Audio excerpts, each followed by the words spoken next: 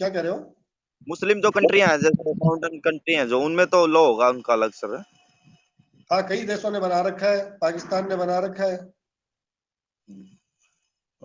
चलो इस पे ज्यादा विषय टाइम नहीं कराएंगे, तो आगे बताइए सर। हाँ सर जी, चलिए। एक चीज, व्हाट इज हलाला? हलाला कल बताया था मैंने। Sir sir what is halala? हलाला को बताऊं सरल भाषा में, ध्यान से सुनो। हलाला एक कंसेप्ट है, और इसको हम समझने के लिए इतना कह सकते हैं कि ये एक टाइप का मध्यस्थ विवाह है। यानी एक पति ने अपनी पत्नी को तलाक दे दिया, डिवोर्स दे दिया।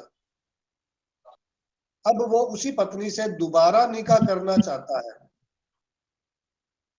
तो इस्लामिक ट्रेडिशन के हिसाब से उस पत्नी को अब एक अग्नि परीक्षा से गुजरना होगा। उस अग्नि परीक्षा का नाम है हलाला। अब उस महिला को अपने तलाकशुदा पति से निकाह करने से पहले किसी अन्य पुरुष से निकाह करना पड़ेगा, और निकाह की सारी फॉर्मेलिटीज करनी पड़ेगी, और वैलिड मैरिज करना पड़ेगा। जब वो मैरिज कर लेती है, उसके बाद वो दूसरा पति उसे तलाक दे, वो तलाक दे देगा, उसके बाद वो पत्नी अकॉर्डिंग टू मोहम्मदन लॉ अपने एक्स हस्बैंड के साथ रीमैरिज करने के लिए एलिजिबल हो जाएगी। इस ट्रेडिशन को, इस कस्टम को हलाला कहते हैं। आ गया समझ में?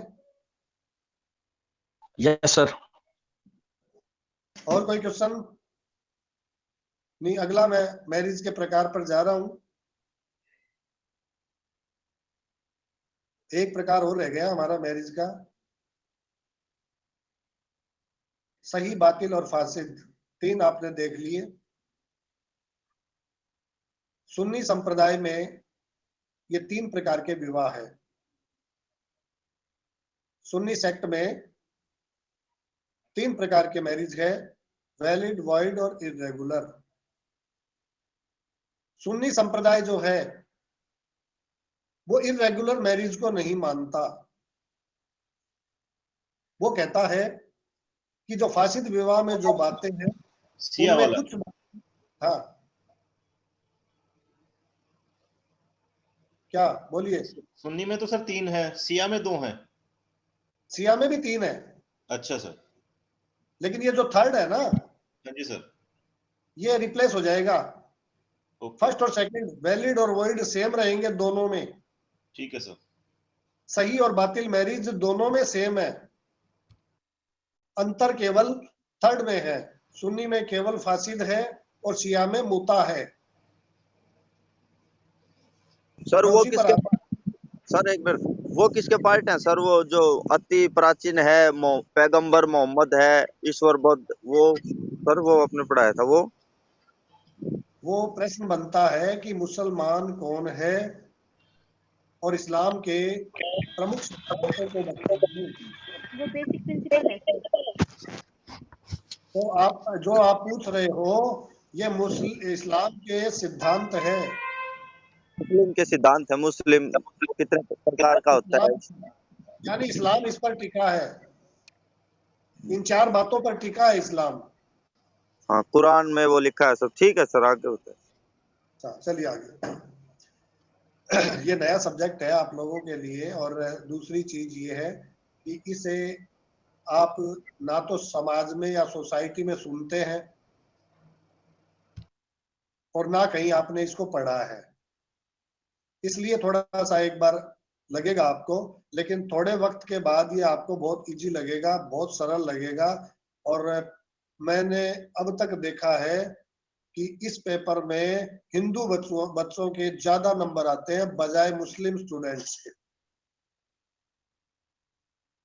क्यों? क्योंकि ये इंटरेस्टेड होता है, बड़ा रुचि कारक होता है। आगे बहुत सारी घटनाएं रोचक होने जा रही है। सर बहुत ही हमारी पास मार्किंग कितनी है सर हमारे पेपर में? 36 पर पेपर, 36, एग्रीगेट 48। मतलब ऑल टोटल में 48। यस, पर सर पेपर 36 नंबर लाने होंगे पास होने के लिए 100 में से। 36 हाँ 36 लाने हैं 100 में से। और 48 टोटल होना चाहिए थर्ड ईयर का। 900 नंबर के पेपर होंगे, 900 में से 432 नंबर लाने हैं आपको पास होने के लिए। 432 ठीक है सर, ठीक सर, ठीक, ओके सर। 432 होते हैं। हाँ जी, 432 होते हैं ना, वो 40% होते हैं, 48%। ठीक है सर। टोटल में लाने हैं मतलब हर लास्ट ईयर तक सर? तीनों साल 432 तीनों? 432 432। अच्छा, पास मार्किंग 36 है। हाँ पर पेपर 36, टोटल 432 नंबर बनाने हैं आपको, कैसे बनाऊं। ठीक है सर, ठीक। चलिए तो तीसरे प्रकार का जो विवाह है, फासिद विवाह, वो सुन्नी संप्रदाय में है, शिया में वो नहीं है। शिया संप्रदाय के लोग कहते हैं कि जो बातें फासिद निकाह है, वो बातें या तो हमारे सही विवाह में है या हमारे बातिल विवाह में है। हमारे यहाँ फासिद विवाह नहीं होता है, हमारे यहाँ वैलिड होता है, वॉइड होता है या फिर मुता होता है। मुता कंसेप्ट को लिख लीजिए, MUTTA, मुता अरबी शब्द है मुता। अंग्रेजी में यदि उसे आप ट्रांसलेट करेंगे तो उसका अर्थ होता है टेम्परेरी रिलेशन। लेकिन बोलचाल की भाषा में इसको मुता विवाह कहने लग गए। वाकई में ये अगर इसका सही अर्थ बताएं तो ये होता है टेम्परेरी रिलेशन। ये मैरिज नहीं होती है, ये टेम्परेरी रिलेशन होता है।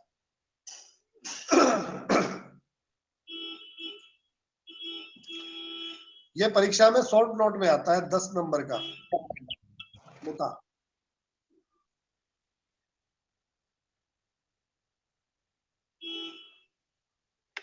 यानी 10 नंबर की इंपॉर्टेंट टिप्पणी है ये।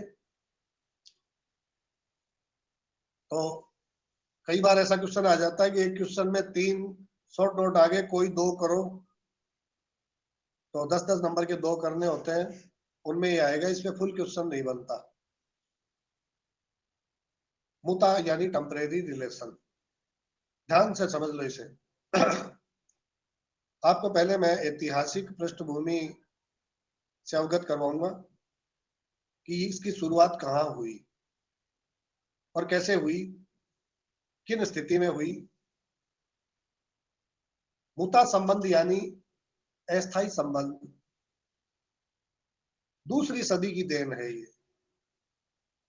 अरब देशों में शुरुआत में वहां जो कबीलों में लोग रहते थे, वो पानी और भोजन की तलाश में रात और दिन प्रयासरत रहते थे। बड़े बड़े कबीले बना के रखते थे, कबीलों में सरदार होते थे, मुखिया। सारे बच्चे, महिलाएं और जो भी लोग होते थे वो सरदार की प्रॉपर्टी मानी जाती थी। सरदार एक टाइप का राजा होता था। पानी जीवन जीने के लिए जरूरी है और भोजन जीवन को चलाने के लिए जरूरी है। इन दो के लिए 24 आवर वो प्रयासरत रहते थे। आवाज आ रही है मेरी? हाँ जी सर। यस सर, आ रही है। तो जो जो समय बीता, उनके थोड़ा थोड़ा समझ में आने लगा कि खाली रात और दिन पानी और भोजन ऐसे कैसे काम चलेगा। तो थोड़ा थोड़ा उनमें विकास हुआ, तो वो थोड़ा सा व्यापार की ओर भी बढ़ने लगे। अब उनके यहाँ जो चीज होती थी, जैसे अरब देशों में ड्राई फ्रूट होते थे, तो वो उनको इकट्ठा करते थे, या और कोई सामग्री होती थी वो लेकर और गधों पर, ऊंटों पर लेकर हजारों किलोमीटर की यात्रा किया करते थे। उस समय ना तो कोई वाहन थे, ना रेल थी, ना हवाई जहाज थी, ना जल के जहाज थे। ऊंट थे, गधे थे, और कोई समर्थ व्यक्ति था तो घोड़े थे।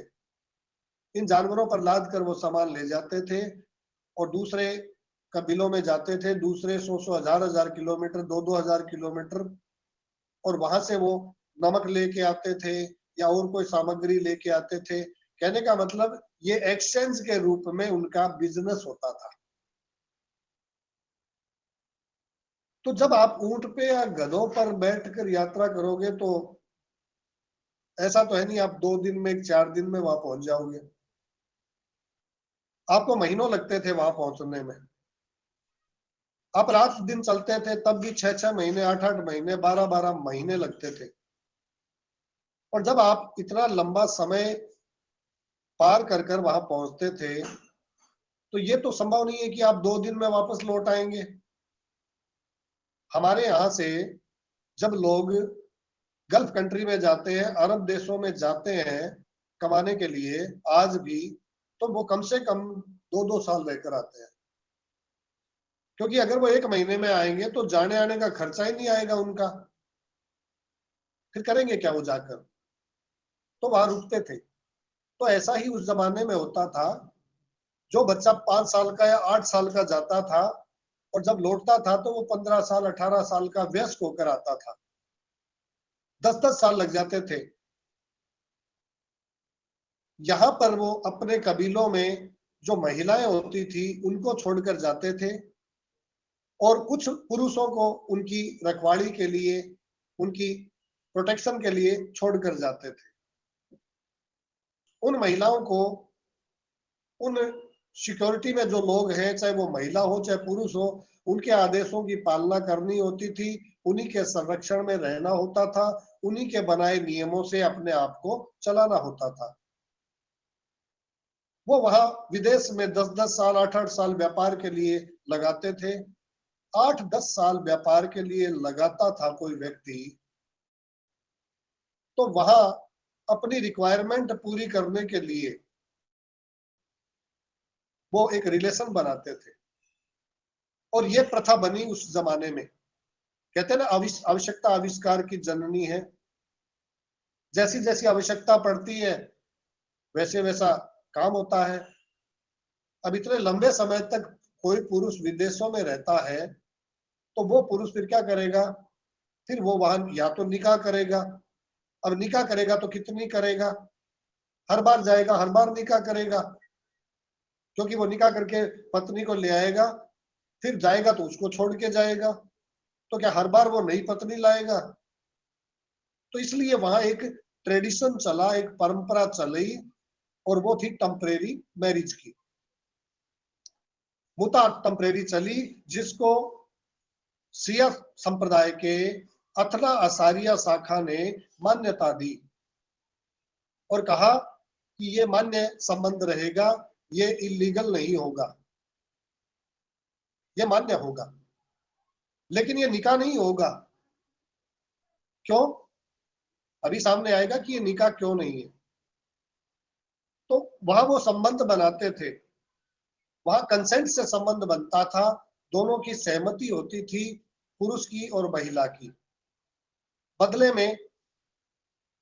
में कुछ पैसे या संपत्ति दी जाती थी, समय निश्चित होता था।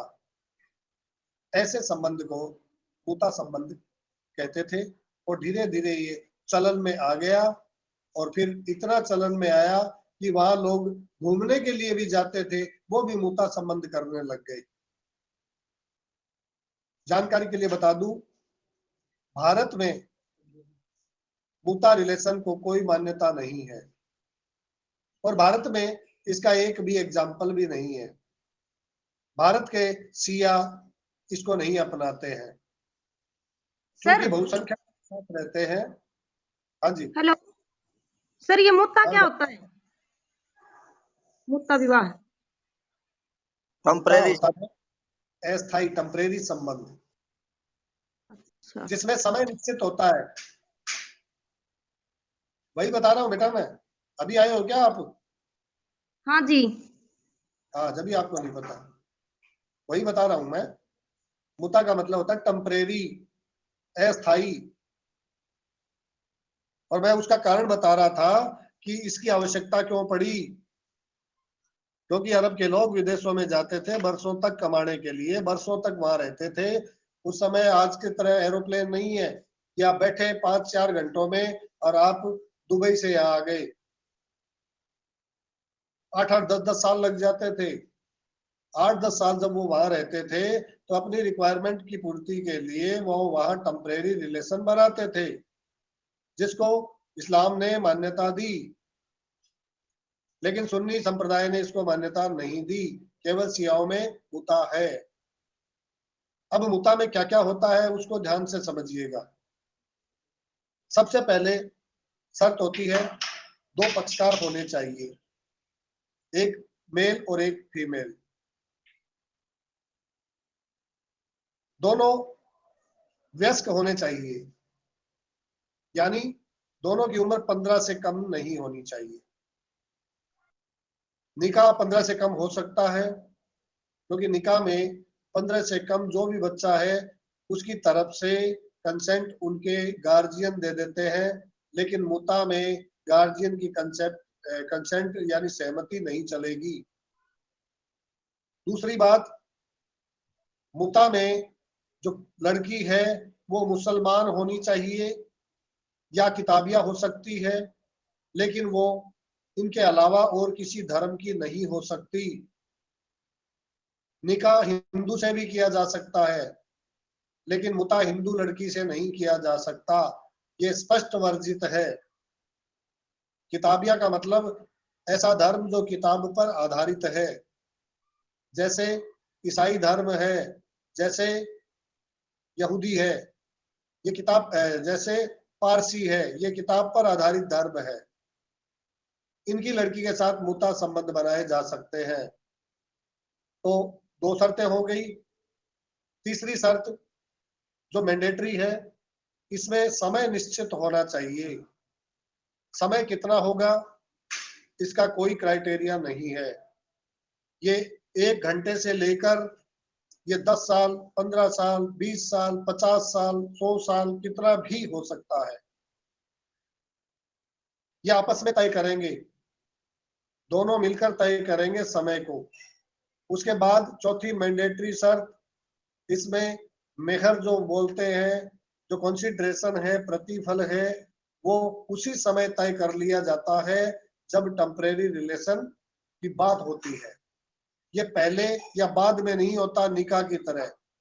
निकाह में मेहर पहले भी तय हो सकता है, निकाह के समय भी हो सकता है, निकाह के बाद भी हो सकता है, लेकिन मुता में केवल मुता संबंध बनाते समय ही मेहर यानी धनराशि तय हो जानी चाहिए। दोनों की सहमति से ही धनराशि तय होगी। निकाह में अगर दोनों ने तय नहीं किया है तब भी निकाह वैलिड होता है, लेकिन मुता में यदि धनराशि तय नहीं की है तो मुता वैलिड नहीं होता है। समय निश्चित नहीं किया है तो क्या होगा? समय निश्चित नहीं किया है तो ये मुता नहीं होगा, फिर ये निकाह हो सकता है, ये मुता नहीं होगा। सीधी सी बात है। पक्षकार वयस्क होने चाहिए, पक्षकार स्वस्थ चित्त होने चाहिए, सहमति स्वतंत्र होनी चाहिए, समय निश्चित होना चाहिए, मेहर तय हो जानी चाहिए, उसके बाद मुता संबंध विधि पूर्ण माना जाता है। अब प्रश्न आता है कि जो समय निश्चित किया, मान लीजिए 1 साल का समय निश्चित किया और 1 लाख रुपए की मेहर तय हुई, प्रतिफल 1 लाख रुपए तय किया। पुरुष ने 6 महीने बाद ही जाना पड़ा अचानक, उसको लगता है मैं 6 महीने बाद ही मुझे जाना है, वो 6 महीने बाद संबंध को समाप्त कर सकता है। समझ रहे हो मेरी बात? 1 साल का समय निश्चित किया, 6 महीने बाद उसको अपने देश में लौटना है, वो टोटल मेहर देगा, टोटल 1 लाख रुपए का भुगतान करेगा। यूं नहीं कि वो 6 महीने के भुगतान कर दे, 6 के नहीं करे, ये बोल दे कि 6 महीने तो मैंने सेवा ली नहीं, 6 महीने हमारा संबंध चला ही नहीं, तो मैं किसका भुगतान करूं? उसे टोटल भुगतान करना पड़ेगा। कैसे? आप एक रेल की टिकट करवाते हो, आप दिल्ली से मुंबई की ट्रेन की एक रिजर्वेशन टिकट करवाते हो, आप मुंबई से पहले ही किसी स्टेशन पर उतर जाते हो, तो क्या रेलवे विभाग, रेलवे डिपार्टमेंट आपको बाकी का भुगतान करेगा? आप सिनेमा हॉल में जाते हो, आप टिकट लेते हो किसी फिल्म की, आप इंटरवेल में ही फिल्म को छोड़कर वापस लौट जाते हो, क्या थिएटर का मालिक आपको आधी फिल्म के पैसे वापस करेगा? नहीं। क्यों? छोड़ा आपने है, छोड़ा आपने है। इसी एग्जाम्पल को मैं लेता हूं, अगर किसी कारणवश ट्रेन कैंसिल होगी आगे के लिए, अगर कोई सिनेमा हॉल में टेक्नोलॉजी में प्रॉब्लम आ गई, टेक्निक प्रॉब्लम के कारण फिल्म चल नहीं पा रही है, या कोई बस बीच में ही खराब हो गई, चल नहीं पा रही है, तो आपका बकाया किराया भुगतान किया जाएगा। लेकिन आप छोड़ के जाते हो तो नहीं। यदि ये संबंध 1 साल के लिए तय हुआ और महिला ही 6 महीने में छोड़ देती है और ये कहती है आगे कंटिन्यू ये रिलेशन नहीं रह सकता, आगे मुझे ये रिलेशन नहीं रखना, तो क्या मिलेगा उसे? तो उसे उतना ही कंसिडरेशन मिलेगा जितनी सर्विस उसने प्रोवाइड कराई, जितना संबंध उसने निभाया। 6 महीने का 50,000 हुआ, 1 लाख तय हुआ ना, तो 6 महीने का 50,000 वो लेकर जा सकती है, 1 लाख उसको नहीं मिलेगा। ये तो हो गया प्रतिफल का मामला। प्रतिफल नेसेसरी है, प्रतिफल यदि तय नहीं किया है तो ये मुता नहीं है, समय तय नहीं किया है तो ये मुता नहीं है, 15 वर्ष से कम उम्र में यदि कंसेंट दी है तो ये बिल्कुल भी वैलिड मुता नहीं है, ये वॉइड है। हिंदू लड़की है तो ये वॉइड मुता है, ये मुता नहीं। अब इसका इफेक्ट देखिए, इस संबंध का इफेक्ट, इस रिलेशन में यदि बच्चे पैदा हो जाते हैं तो वो बच्चे वैलिड होंगे, वो लिजिटिमेट होंगे, उनको जायज माना जाएगा, उनको नाजायज नहीं माना जाएगा। क्यों? क्योंकि ये संबंध विधिपूर्ण माना गया है, लॉफुल रिलेशन इसको माना गया। मोहम्मद ने इसको मान्यता दी। इस वजह से इनके होने वाले बच्चे सारे धर्मज होंगे, लिजिटिमेट होंगे। बस थोड़ा सा अंतर रहेगा, निकाह के बच्चों में और मुता के बच्चों में अंतर रहेगा। क्या रहेगा? निकाह के बच्चे, निकाह में पैदा होने वाले बच्चे अपने माता पिता के साथ साथ अपने दादा दादी परदादा परदादी की संपत्ति से भी हक प्राप्त करने के हकदार होते हैं। लेकिन मुता के बच्चे केवल अपने माता और पिता की संपत्ति में ही हक प्राप्त कर सकते हैं, दादा दादी की संपत्ति में हक उनको कुछ भी नहीं मिलेगा। अगली बात कि जैसे ही संबंध समाप्त होता है, जैसे ही संबंध समाप्त होता है, वो बच्चे कहाँ रहेंगे? तो अकॉर्डिंग टू लॉ वो बच्चे उस महिला के साथ रहेंगे, यानी अपनी माँ के पास वो बच्चे रहेंगे। ठीक है। संबंध समाप्त कैसे होता है? संबंध समाप्त होने के 2 आधार है। पहला आधार, समय जो निश्चित किया है वो समय यदि पूरा होता है, एक्सपायरी डेट, 1 साल के लिए रिलेशन तय हुआ, जैसे ही 1 साल पूरा होता है अपने आप ऑटोमेटिक वो रिलेशन समाप्त हो जाता है। अब वो एक दूसरे के पति पत्नी यानी मुता संबंधी नहीं रहे हैं। दूसरा तरीका, अगर समय से पहले ही वो इस संबंध को समाप्त कर देते हैं, चाहे पुरुष करे चाहे महिला करे, तो समाप्त हो जाता है। तीसरा आधार नेचुरल है, दोनों में से कोई मर जाए तो संबंध ऑटोमेटिक समाप्त हो जाते हैं। इसलिए संबंधों की समाप्ति के बारे में 3 बातें लिख छोटा सा कंसर्न था। हाँ बोलिए सर, मतलब इनको पति पत्नी कहा जा सकता है क्या जो मुता संबंध में हो? क्योंकि जैसे अभी अभी आपने कहा कि वो पति पत्नी, आपने शब्द यूज किया, तो निगाह के बिना क्या इनका पति पत्नी कहना इनको उचित है? वो पति पत्नी जैसे होते हैं, मुता संबंधी होते हैं, वो मुता पत्नी कहलाती है, वो मुता पति कहलाता है। केवल पति पत्नी कहने से कंफ्यूजन होता है, सर इसमें क्योंकि एक फिर विवाह क्वेश्चन विवाद होंगे। और है सर, हाँ, क्या कोई हिंदू पुरुष भी बाहर जैसे अदर कंट्री में ये चीज कर सकता है? नहीं, हिंदू लॉ में ऐसा कोई प्रोविजन नहीं है। हिंदू लॉ में तो एक पत्नी से दूसरी पत्नी भी रखोगे तो गैर कानूनी है, बाइगेमी का अपराध बनता है अंडर सेक्शन 494, 495, सजा है 5 साल की और 7 साल की। जी सर। सर फिर ये जब लिव इन वाला चला है यहाँ पे इंडिया में, हाँ, इसके लिए कोई पनिशमेंट नहीं है क्या? किसके लिए? सर लिव इन में रहते हैं जैसे, नहीं, लिव इन इसके लिए कोई रिलेशनशिप जो है, लिव इन रिलेशनशिप को आप समझते तो हो गया क्या है? यस सर, कंसेप्ट क्लियर आपकी? Yes sir. एक बहुत पुरानी फिल्म बनी हुई है, 60-70 के दशक में एक फिल्म बनी थी, उस समय कल्पना हुई थी लिव इन रिलेशनशिप की, पता हो तो आपको। और ये नो सर। 21वीं सदी में आते आते अब जाके पूरी हुई है। फिल्म का नाम है बिन फेरे हम तेरे। यस सर, सुना नाम है? पता है। Yes sir. हाँ, ये रिलेशन है, ये मैरिज नहीं है। ये ना तो हिंदू मैरिज है, ना मोमडन निकाह है, ना स्पेशल मैरिज है।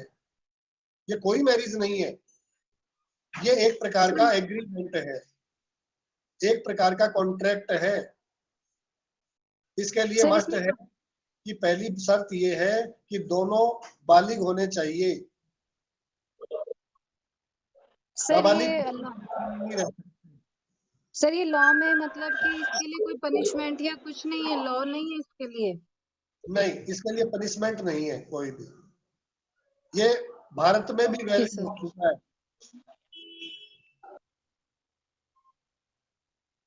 हमारा कॉन्स्टिट्यूशन। सर इस हाँ, हेलो हाँ बोलिए। सर, इस प्रकार के एमपी में है जनजाति, उनमें उनमें शादी करते हैं इस तरह। एमपी में क्या कह रहे हो? उज्जैन के पास है, वहाँ इस तरह के विवाह करते हैं सर, इस तरह का विवाह करते हैं। रतलाम में करते हैं सर, रतलाम एक डिस्ट्रिक्ट है। ये विवाह नहीं होता भाई, कॉन्ट्रैक्ट विवाह नहीं होता है। ये कुछ नहीं होता, कोई कभी भी छोड़ सकता है, फोन पे या व्हाट्सएप पे मैसेज लिख कर कह सकता है अब मैं नहीं आऊंगा, इंतजार मत करना। तो इसमें लाइबिलिटी नहीं है ना किसी के प्रति, एक दूसरे के प्रति कोई राइट और लाइबिलिटी कुछ भी नहीं है, ये ध्यान रखिएगा। मैरिज रिलेशन में राइट एंड ड्यूटीज पैदा हो जाती है, legal right and legal duty. और इसमें कोई भी लीगल राइट और ड्यूटी नहीं होती। बस इतना है सर एक कि वो एक कहावत है ना कि हम हमारी मस्ती में आग लगो चाहे बस्ती में, उस कहावत को पूरा करते हैं ये, और अपनी कंसेंट से वो रहते हैं जब तक वो साथ रह सकते हैं। तो सोसाइटी उनको परेशान नहीं कर सकती, कानून उनको परेशान नहीं कर सकता, क्योंकि ये उनका राइट है, कॉन्स्टिट्यूशनल राइट माना गया है। एक वयस्क व्यक्ति का। एक चीज हाँ जी सर, एक चीज पूछनी थी कि हमारे जैसे क्या कहते हैं, हिंदुओं में 18 और 21 दिया है एज, तो ये सिर्फ हिंदुओं के ऊपर लागू होता है या फिर हिंदू मुस्लिम दोनों पे? क्योंकि 15 साल उनकी वयस्कता की उम्र बताई गई है, और सिर्फ हमारे हिंदू, यहाँ पे अभी 21 कर दिया, तो ये सिर्फ दोनों पे हिंदू। लागू होगा इंडिया में या फिर एक पे ही लागू होगा? 21 सब पे लागू होगा, 18 और 21 केवल हिंदुओं पे लागू था। अब हिंदुओं में भी, हिंदू लॉ में इसे अमेंडमेंट करना होगा, संशोधन करवाएगी सरकार, तब उसमें भी 21 हो जाएगी,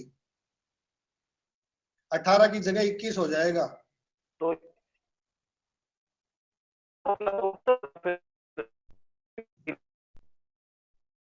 आप ये पूछना चाहते होंगे कि मोहम्मडन लॉ में 15 वर्ष है तो फिर 21 लागू होगी या 15 लागू होगी,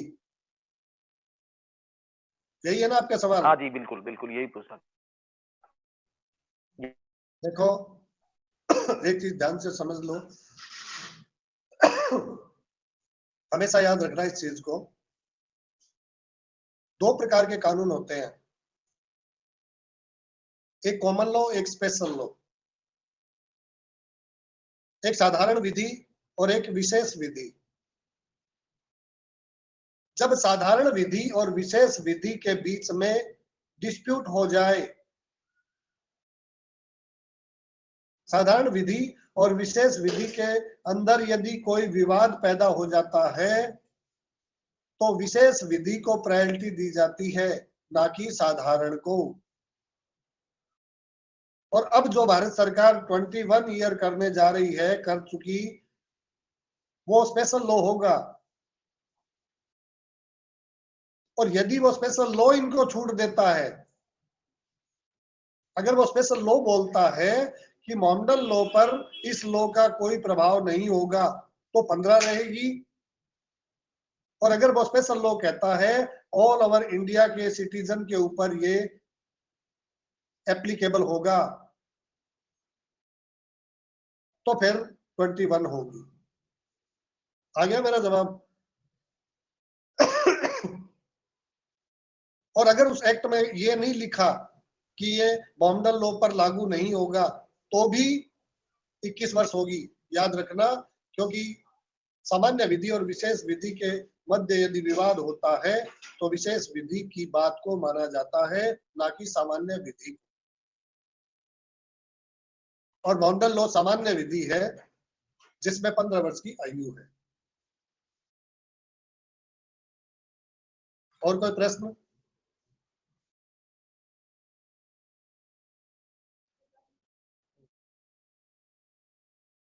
और कोई प्रश्न है भाई?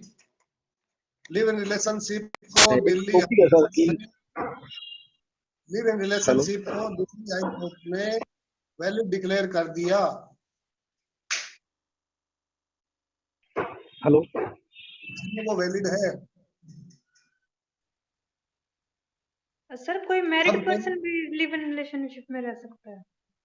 मैरिड पर्सन अगर लिव इन रिलेशनशिप में रहेगा तो उसकी जो पत्नी है वो उसके खिलाफ क्रिमिनल चार्ज भी लगाएगी और सिविल चार्ज लगा के वो डिवोर्स भी प्राप्त कर सकती है, क्योंकि वहां उसको बाइगेमी नहीं माना जाएगा, क्योंकि बाइगेमी के लिए 2 मैरिज होनी चाहिए। इसलिए वो उसे एडल्ट्री में डिक्लेयर करेगी और एडल्ट्री के आधार पे वो डिवोर्स ले सकती है।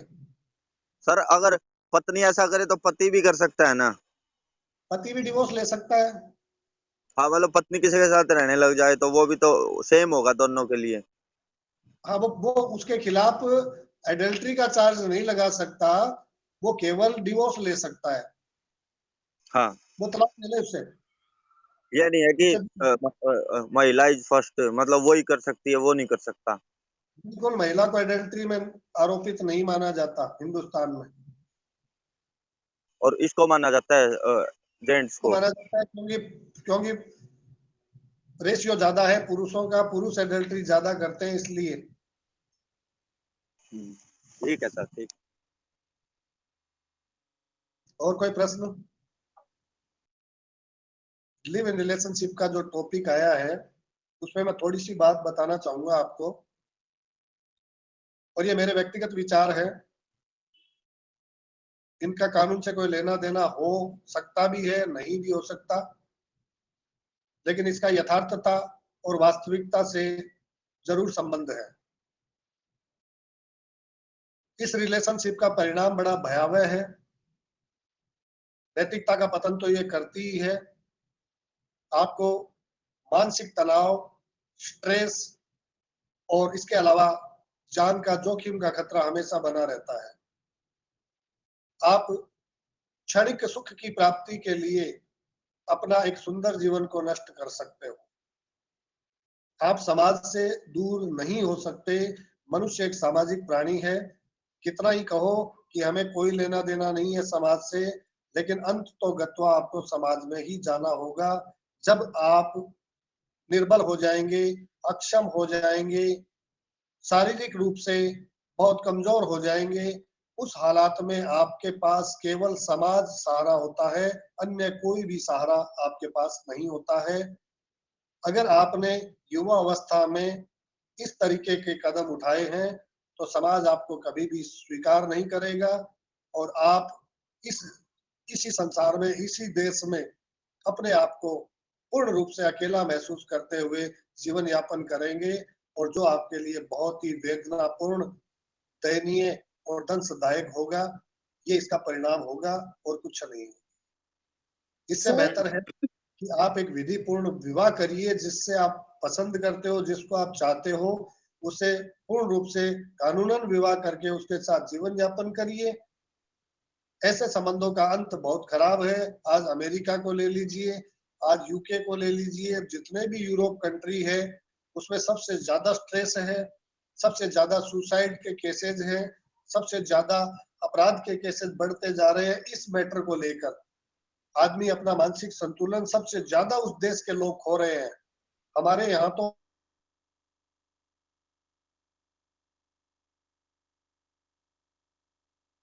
सर पॉज हो गया है।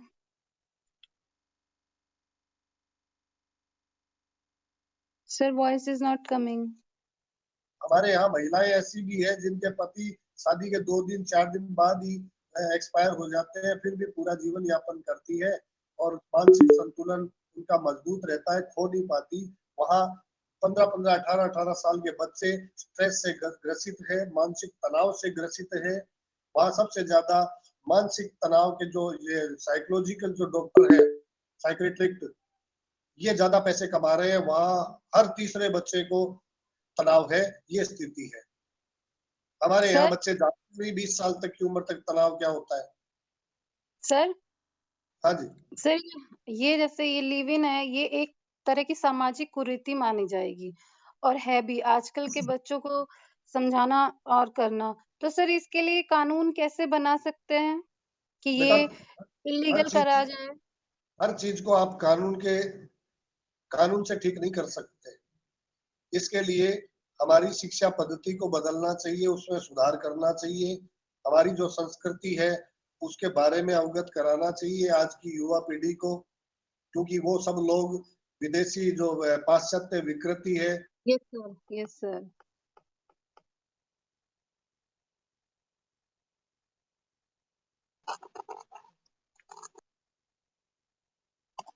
Sir, your voice is not coming.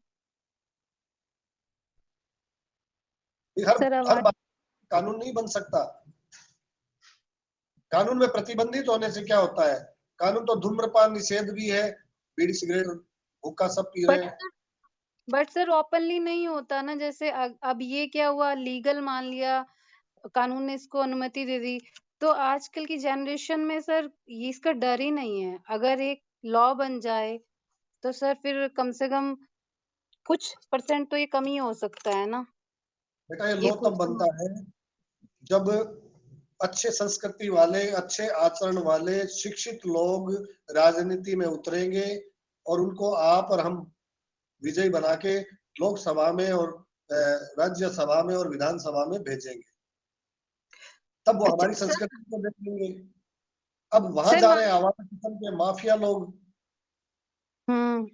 Sir हमें एक मतलब कि जैसे एप्लीकेशन देनी है, बहुत सारे लोग मिलके इसके लिए एक एप्लीकेशन, जैसे अब आप प्रोटेस्ट करें कि ये इसके लिए कानून बनना चाहिए, तो सर उसके लिए क्या प्रोसेस करना चाहिए? कानून के लिए सीधा आपको आज एक बहुत बढ़िया प्लेटफॉर्म है, मंच है, सोशल मीडिया। आप सोशल मीडिया पे ज्यादा से ज्यादा अपने विचार रखिए। आज आपको मैं बता दूं कि सोशल मीडिया से भारत की सरकार बन गई। Yes sir. कई राज्यों की सरकार बन चुकी, बनने जा रही है। Yes sir. आज ट्विटर हैंडल को बात करिए, फेसबुक है, इंस्टाग्राम है, आपकी डायरेक्ट बात नहीं सुनेंगे कोई, लेकिन उस पर जो भी ट्रेंड चल रहा है उसको तुरंत ध्यान देते हैं, वो हाईलाइट होता है और वो जो ट्रेंड चल रहा है, जो हैशटैग चल रहा है, वो तुरंत न्यूज चैनलों में हाईलाइट होता है। तो आपकी एक सामूहिक आवाज बनती है वो, और उस सामूहिक आवाज को जब ये राजनीति के जो व्यापारी है, राजनेता, ये सुनते हैं, ये तुरंत पलट जाते हैं उस समय। आपको मैं थोड़ा सा बताऊं, आज से 15 साल पहले तक कोई जय श्री राम नहीं बोलता था।